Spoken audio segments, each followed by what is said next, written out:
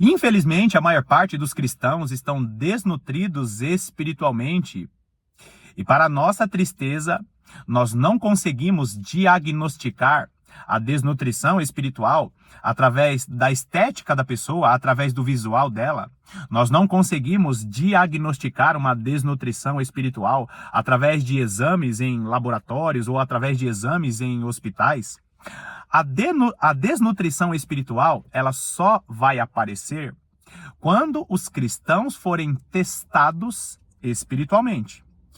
E quando eu falo de desnutrição, eu estou falando a respeito de cristãos que não se alimentam da maneira correta para suportar as batalhas, para suportar as guerras espirituais que se aproximam da igreja. E o principal motivo dessa desnutrição espiritual é porque a maior parte dos teólogos e dos pastores que nós conhecemos, eles dizem que meditar a respeito das doutrinas mais profundas, meditar a respeito dos mistérios que Deus deixou para a igreja dos últimos dias, é coisa de pastor, é coisa de seminário. Quando, na realidade, nós vemos que no início da igreja primitiva, o cristão médio, o cristão comum, era um cristão que dominava doutrinas como, por exemplo, a doutrina da ressurreição dos mortos. A doutrina do juízo eterno, por exemplo. São doutrinas que não são fundamentais para a salvação, mas são doutrinas que são fundamentais para a sobrevivência dos cristãos a partir de agora. O autor aos Hebreus vai colocar ali em Hebreus capítulo 5, ele fala a respeito dessa desnutrição espiritual. Quando ele começa a mencionar um assunto mais profundo, ele pausa o assunto mais profundo e ele começa a falar a respeito daquilo que é leitinho, daquilo que é alimento inicial. E é por isso, queridos, que no capítulo 6, o autor aos Hebreus começa a citar os alimentos que são básicos, o leitinho, aquilo que vai sustentar o cristão iniciante. E por que eu iniciei esse vídeo falando a respeito de desnutrição espiritual? Porque Deus está disponibilizando para a igreja dos últimos dias um alimento sólido. Se você se interessa realmente pela palavra de Deus, pega a sua Bíblia online ou entra no seu computador e digita assim, Novo Testamento, e escreve a palavra mistério. Você vai ver que a maior parte dos textos em que o apóstolo Paulo fala a respeito de mistérios é para preparar a igreja para os últimos dias. E no vídeo de hoje, eu vou deixar aqui com você um alimento sólido. É a segunda chave que eu mencionei no vídeo anterior. A segunda chave para desbloquear profecias.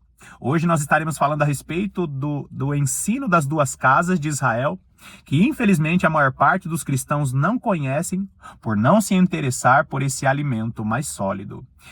Não conhecer o ensino das duas casas de Israel é estar dormindo com a teologia tradicional. Não conhecer o ensino das duas casas de Israel é não saber que a igreja estará na grande tribulação. Não conhecer o ensino das duas casas de Israel é não saber quem são os 144 mil selados. Não conhecer o ensino das duas casas de Israel é ignorar a preparação da igreja para os últimos dias. Cristão, provavelmente você vai estar vivo no período da grande tribulação. E se você não conhecer esse ensino tão importante, você vai estar despreparado para as coisas que vão acontecer no mundo e aqui no Brasil. Seja muito bem-vindo a mais essa meditação do canal A Lâmpada para os Meus Pés.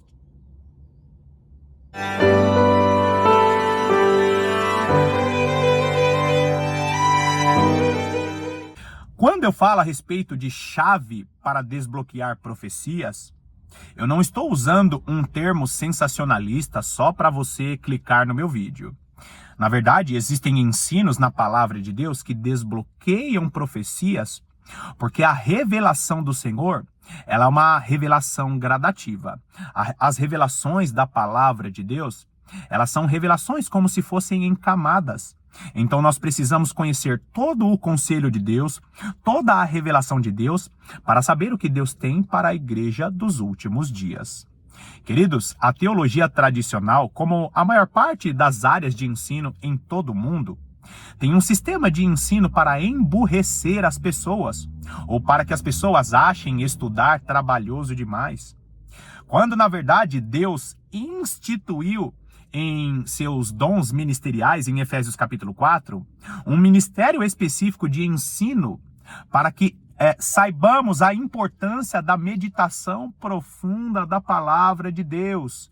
Deus estabeleceu os mestres, Deus estabeleceu seus profetas para quê? Para direcionar a igreja, para que essa igreja aprenda a usar as chaves para interpretar as profecias. As profecias que estão na palavra de Deus não são profecias para teólogos ou para pastores. As profecias que estão na palavra de Deus é para todo cristão que precisa se nutrir espiritualmente e que precisa sobreviver para aquilo que eles vão enfrentar daqui por diante.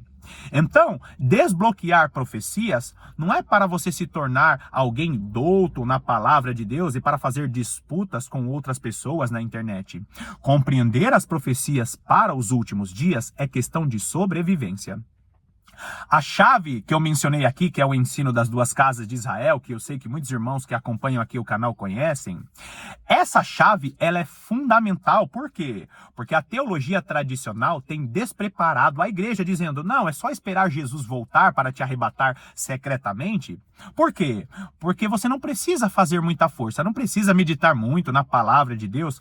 E o que nós encontramos? Cristãos rasos na palavra de Deus e cristãos desinteressados na verdadeira profecia para os últimos dias.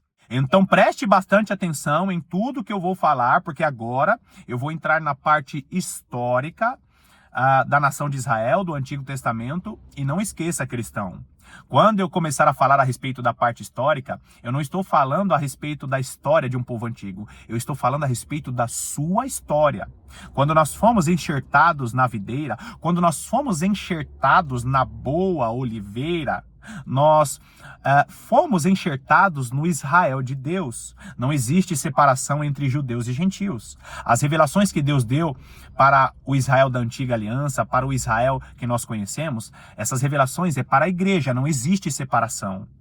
É mais um erro, mais um engano da teologia tradicional. Então fique comigo e escute bem ou relembre. Eu sei que tem irmãos que conhecem, mas relembre aqui comigo a história do povo de Israel e conheça essa doutrina importante. Bom, como você bem muito já ouviu na maior parte das pregações a respeito da promessa, Deus deu a promessa a um homem. Deus deu a promessa a um homem chamado Abraão, dizendo, todas as famílias da terra serão benditas em teu nome, Abraão.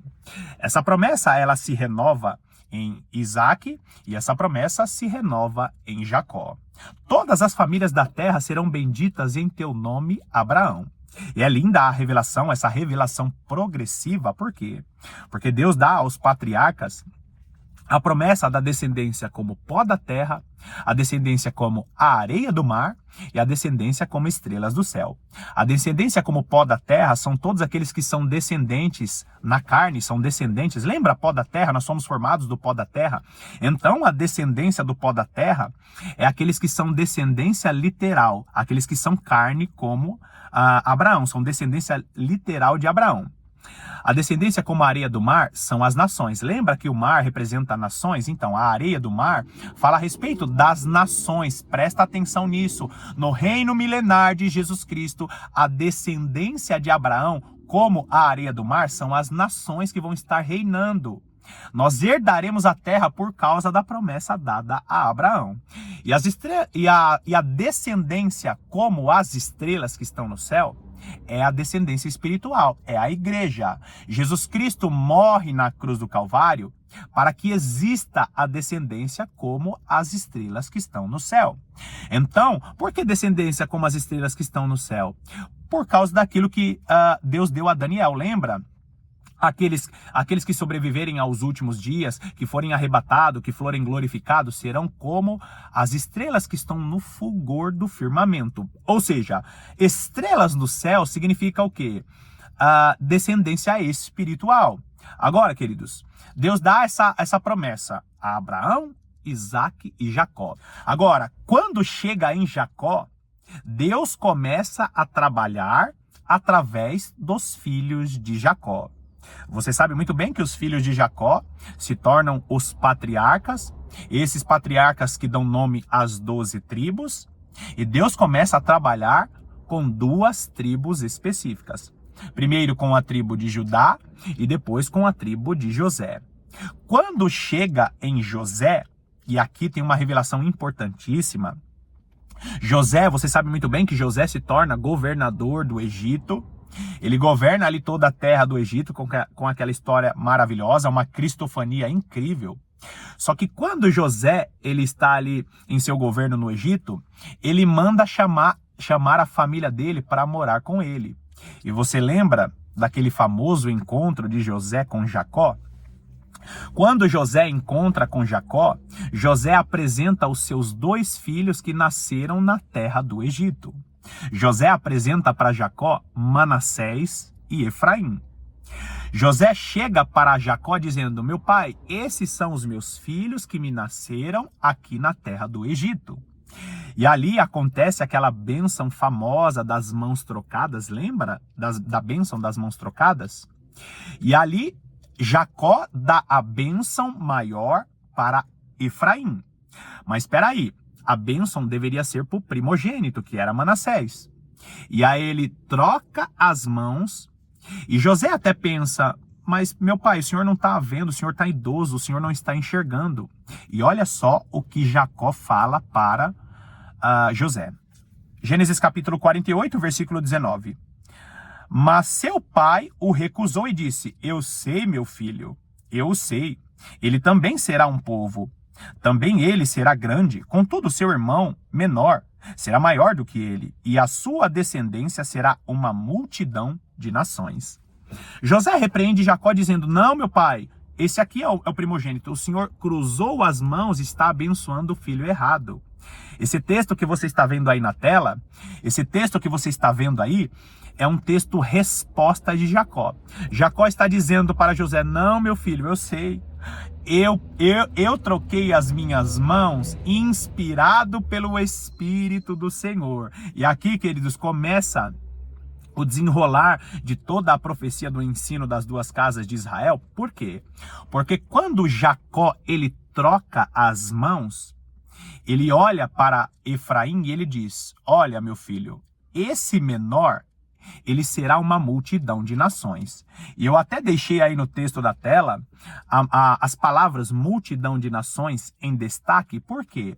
Porque essas palavras significam a totalidade dos não-judeus. Lembre-se, totalidade, grava isso muito bem. Totalidade representa o número 10. O número 10 é a totalidade ou a plenitude humana. Vamos usar a palavra totalidade. Totalidade, o que é totalidade? É uma maneira de você falar que está completo, só que na visão humana. Plenitude, que é o número 7, é o número de Deus. Só que totalidade é uma espécie de plenitude humana. Então, todas as vezes que Deus vai falar sobre totalidade humana, ele usa o número 10, grava isso. Só que essa multidão de nações significa a totalidade dos não-judeus, e sabe o que significa também? A plenitude dos gentios. Quando Jacó ele dá essa revelação, dizendo que de Efraim sairia a plenitude dos gentios, você, cristão, você precisa estar atento a essa revelação. Por quê? Porque ao longo de todo o Antigo Testamento, Deus começa a falar com a igreja dos gentios através da tribo de Efraim. Quando José é chamado de o ramo frutífero, José é chamado de o ramo frutífero em Gênesis capítulo 49, o que Deus está dizendo? Que a partir da descendência de José, os galhos subiriam o muro. Leia lá depois Gênesis 49. Eu não vou encher a tela de textos. Por quê? Porque eu tenho muitos vídeos explicando o que eu estou explicando no vídeo de hoje. Quando José é chamado de ramo frutífero e fala que esses ramos subiriam o muro do povo de Israel, o que ele está dizendo? Que essa promessa, ela avançaria e sairia dos muros de Israel, ou seja, alcançaria as nações. Então, quando o filho de José, chamado Efraim, recebe a profecia de Jacó dizendo: de ti sairá a plenitude dos gentios, nós precisamos estar atentos. Por quê? Porque é aqui que acontece o start para a revelação das duas casas de Israel, para a revelação para saber quem são as duas testemunhas. Aí você vai lá comigo em Romanos, capítulo 11, versículo 25, diz assim: porque não quero, irmãos, que ignoreis esse mistério, para que não sejais presumidos em vós mesmos, que veio endurecimento em parte a Israel, até que haja entrado a plenitude dos gentios. E por que ele está dizendo isso? Porque o apóstolo Paulo, quando está ensinando aqui a respeito da salvação de judeus e gentios, ele está jogando lá para Gênesis. Ele está dizendo: olha, vocês foram alcançados pelo sacrifício de Jesus Cristo na cruz do Calvário. Lembra do que Jacó disse lá em Gênesis, que de Efraim sairia a plenitude dos gentios? Queridos irmãos, quando nós entendemos que de Efraim sairia a plenitude dos gentios, nós entendemos o porquê as duas testemunhas estão sendo faladas desde o Antigo Testamento. Olha o versículo 26, Romanos 11, 26. E assim todo o Israel será salvo, como está escrito: virá de Sião o libertador e apartará de Jacó as impiedades. O que ele está nos mostrando aqui? Que entrar a plenitude dos gentios era importante para que haja salvação entre judeus e gentios. Não esqueça do que eu estou te dizendo. De Efraim saiu a plenitude dos gentios. Aí você encontra todo o Antigo Testamento nos mostrando a salvação dos gentios. Eu vou mostrar um texto só, porque eu não quero prolongar esse vídeo, porque tem muitos textos na palavra de Deus, mas muitos textos. Eu vou deixar algumas referências aqui na tela, como por exemplo o texto de Oséias, capítulo 1, versículo 11. O que está dizendo em Oséias, capítulo 1, versículo 11? Que sairá a salvação. Assim que Jesus Cristo fosse aquele semeado na terra, assim que se cumprisse o dia de Jezreel, aqueles que são de Judá e de Efraim seriam salvos. Você vai ver a tribo de Efraim, ou o nome do reino de Israel, ou o nome do reino de Efraim, cuja capital era Samaria. Você vai ver em todo esse tempo Deus usando a linguagem do Antigo Testamento para falar sobre as testemunhas. Olha só o que diz, vai lá comigo em Isaías. Isaías capítulo 44. Isaías capítulo 44. Eu vou ler apenas um versículo para você ver a importância desse ensino maravilhoso. Versículo 8 diz assim: não vos assombreis, nem temais. Acaso desde aquele tempo vô-lo fiz ouvir? Não vô-lo anunciei? Vós sois as minhas testemunhas. Ué, quem são as testemunhas do Senhor? O Israel da antiga aliança? Não. Olha o versículo 1. Isaías 44, versículo 1. Agora, pois, ouve, ó Jacó, servo meu, ó Israel, a quem escolhi. Com quem que o profeta Isaías está mencionando aqui? Com quem que o Senhor está falando aqui? Com as duas casas de Israel. O reino do sul, chamado Judá, ou Jacó, como está mencionando aqui, e o reino do norte, Israel ou Efraim. Nós vamos ver alguns textos mencionando Israel ou Efraim. Sempre que você olha no Antigo Testamento, os profetas falando com as duas casas de Israel, apontando para a promessa futura, o que ele está dizendo? Ele está falando sobre a restauração. Quer um outro exemplo? Vai para o capítulo anterior. Isaías capítulo 43, versículo 10. Vós sois as minhas testemunhas, diz o Senhor, o meu servo, a quem escolhi, para que o saibais e me creiais, e entendais que eu sou o mesmo, e que antes de mim Deus nenhum se formou, e depois de mim nenhum haverá. Mais uma vez, vós sois as minhas testemunhas. Aí você olha o quê? Versículo 1. Com quem que o profeta está falando? Quem o profeta está chamando de testemunhas? Mas agora, assim diz o Senhor, que já te criou, ó Jacó, a quem te formou, ó Israel. Não temas, porque eu te remi, chamei-te pelo teu nome, tu és meu. O texto está dizendo o quê? Sobre as duas casas de Israel no Antigo Testamento. Eu não sei se você lembra muito bem, não perca aqui. Através do profeta Isaías, Deus está chamando as duas casas de Israel, vós sois as minhas testemunhas. E aí você vê em todo o Antigo Testamento Deus trabalhando com os dois reinos que foram divididos. Você lembra da parte histórica de Israel? Ah, irmão Paulo, é muito chato. Não é chato, você precisa entender que é a história da sua vida. Quando Deus entrega o reino para Saul, o que acontece? Saul se desvia dos caminhos do Senhor e o reino passa para Davi. Você lembra muito bem disso. Depois que o reino passa para Davi, o reino vai para quem? Para Salomão. Quando chega em Salomão, no final de sua vida, Salomão se desvia dos caminhos do Senhor. Queridos, quando Salomão se desvia dos caminhos do Senhor, Deus levanta um profeta dizendo: eu vou dividir o seu reino por causa dos seus pecados de idolatria, por causa dos seus pecados com suas mulheres. Só que eu não vou fazer isso nos seus dias, por amor a Davi. Salomão, eu vou quebrar o reino e vou dar o reino ao teu servo. E aí Deus dá o reino, divide, né? Na verdade, quando Salomão morre e o filho dele assume, quando Roboão assume, Roboão, em sua má administração, acaba promovendo a divisão das tribos. E mais uma vez eu vou colocar aí na sua tela a divisão das tribos. Duas tribos vai para um lado e essas duas tribos acabam se chamando Reino do Sul. É o reino de Judá, cuja capital era Jerusalém. Do outro lado, as outras 10 tribos, eu vou repetir, as outras 10 tribos, que é o Reino do Norte, ficam com Jeroboão, chamado de o Reino do Norte, cuja capital era Samaria.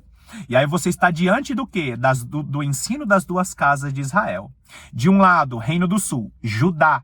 Do outro lado, Reino do Norte, Efraim ou Israel.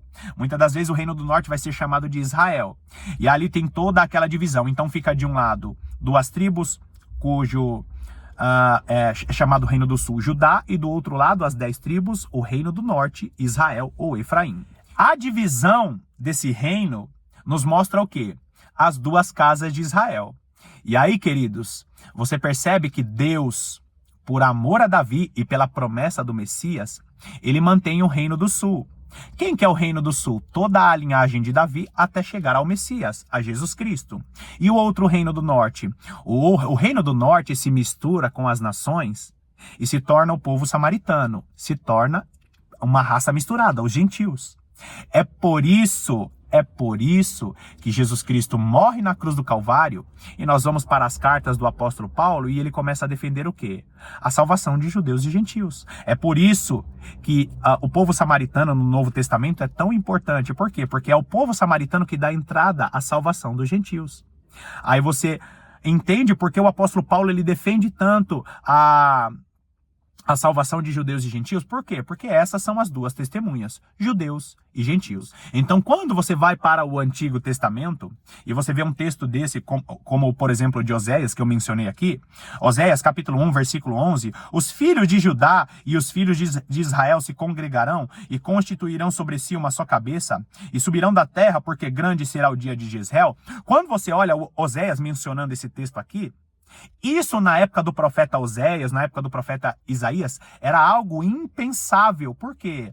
Porque os reinos estavam divididos, só que eles não tinham a visão futura, as revelações que nós temos. Quando Jesus Cristo morre na cruz do Calvário, e o apóstolo Paulo começa a fazer a defesa da salvação de judeus e gentios, o que ele estava dizendo? Sobre a constituição das duas testemunhas. No Antigo Testamento, as duas testemunhas são chamadas do quê?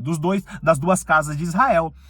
Judá e Efraim, ou Judá e Israel, os descendentes de Jacó e aqueles que vieram da mistura das nações, do povo que foi misturado aí com o Reino do Norte. É por isso que a totalidade dos gentios é o número 10. É por isso que a totalidade dos gentios vieram das 10 tribos. Você entendendo essa dinâmica, você vai saber quem são os 144 mil selados. Agora, amados irmãos, se você ignora uma revelação como essa, você não vai saber Quem são as duas testemunhas de Apocalipse capítulo 11? As duas testemunhas de Apocalipse capítulo 11, elas são mencionadas como aqueles que vão participar da grande tribulação e vão estar estirados. Os seus corpos, ou o seu corpo no singular, vai estar o quê? Vão ficar expostos na praça da grande cidade. Por quê? Porque existirão vários mártires nos principais centros das principais cidades do mundo. A igreja estará na grande tribulação, essa igreja está sendo preparada para os últimos dias. E aí, quando você vai lá, no culto que você participa da sua igreja, o pastor que vai pregar lá o Vale de Ossos Secos, e eu falo isso respeitosamente, porque muitos pastores são piedosos, mas não conhecem, mas o grande problema é que eles não se aprofundam e muitos pensam que o Vale de Ossos Secos é um texto falando a respeito da restauração da nossa vida cotidiana. Muitos usam o texto do Vale de Ossos Secos para falar sobre o quê? Para falar sobre a nossa vida devocional. Só que o que o Vale de Ossos Secos está falando? Se você compreendeu a revelação do vídeo até aqui, se você compreendeu tudo que eu falei até aqui, essa chave, você já usou essa chave para desbloquear profecias. Ezequiel capítulo 37, versículo de número 16. Tu, pois, ó filho do homem, toma um pedaço de madeira e escreve nele, para Judá, e para os filhos de Israel, seus companheiros. Depois toma outro pedaço de madeira e escreve nele, de José, pedaço de madeira de Efraim, e para toda a casa de Israel, seus companheiros. Olha o versículo 17. Junta-os um ao outro, faze deles um só pedaço, para que se tornem apenas um na tua mão. Lembra que eu mencionei Judá e Efraim?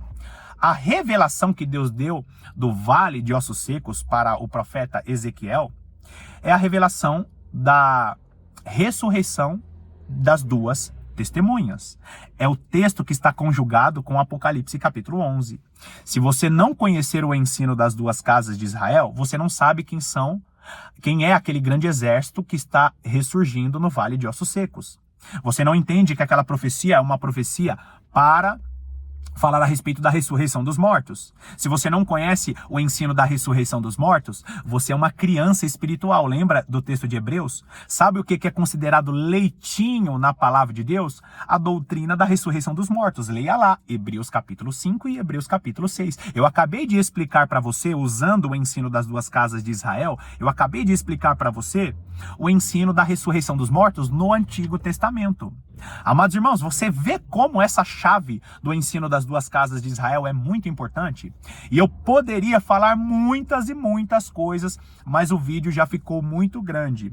Eu sugiro que você acesse os links que estão aqui no canal, assista aos vídeos que eu deixo na descrição do vídeo, acesse os links e faça perguntas no vídeo para que possamos meditar nessa doutrina fundamental para desbloquear profecias. Finalizo aqui esse vídeo te convidando para me seguir lá no canal, lá no perfil do Instagram, o perfil A Lâmpada para os Meus Pés. Não é um perfil de estudos lá no Instagram, porém, o perfil do Instagram é um perfil importante para que tenhamos um contato direto. Nós podemos continuar as meditações aqui do canal do YouTube lá no Instagram. Acessa lá, me segue lá, o canal é A Lâmpada para os Meus Pés. O perfil no Instagram, A Lâmpada para os Meus Pés. Que Deus te abençoe poderosamente e eu espero que esse vídeo tenha edificado muito a sua vida. Até lá!